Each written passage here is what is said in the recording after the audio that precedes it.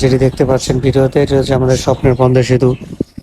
সেই সেতুতে যখন উঠা হয় তখন মনটাই ভালো হয়ে যায়।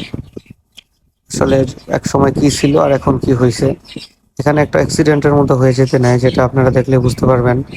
কিছু মানুষ আছে যেখানে ওরা জ্ঞান ছাড়া চলাফেরা করে। পদ্মা সেতুতে অনেকবার ধরে বলে দিছিল যে আপনারা কেউ এখানে কিন্তু বাম পাশে গাড়ি পার্ক করে ছবি তুলবেন না।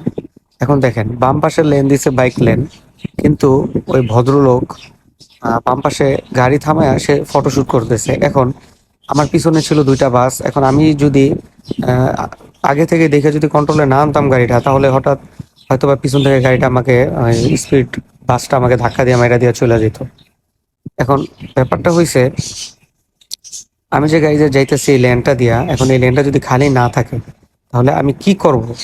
এই লেনটা যদি খালি না থাকে তাহলে আমার তো অন্য জায়গা দিয়ে উঠার কোনো নিয়ম নেই। এখন ওরা যদি প্রাইভেট কার থামায় যদি এখানে বসা এখানে যদি সেলফি তোলে, তাহলে তো এখানে মনে করেন যে যে কোনো ধরনের একটা বড় ধরনের একটা অ্যাক্সিডেন্ট ঘটতে কখনো সময় নেবে না, তাই না?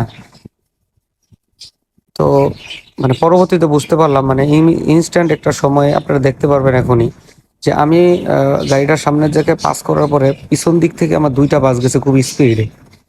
তো এই জিনিসটা আসলে অনেকে খেয়াল রাখবেন। আর যারা এই কাজ ভুল কাজগুলো করেন, এই যে দেখেন, এই যে সামনে হঠাৎ কি, এই যে দেখেন প্রাইভেট কার, এখন যদি আমি ডাইনে হুট করে নিতাম তাহলে পিছন দিক থেকে এই যে দেখেন আমার একটা বাস, হুট করে বাস চলে গেছিল।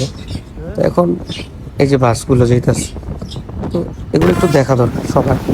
ধন্যবাদ, আসসালামু আলাইকুম।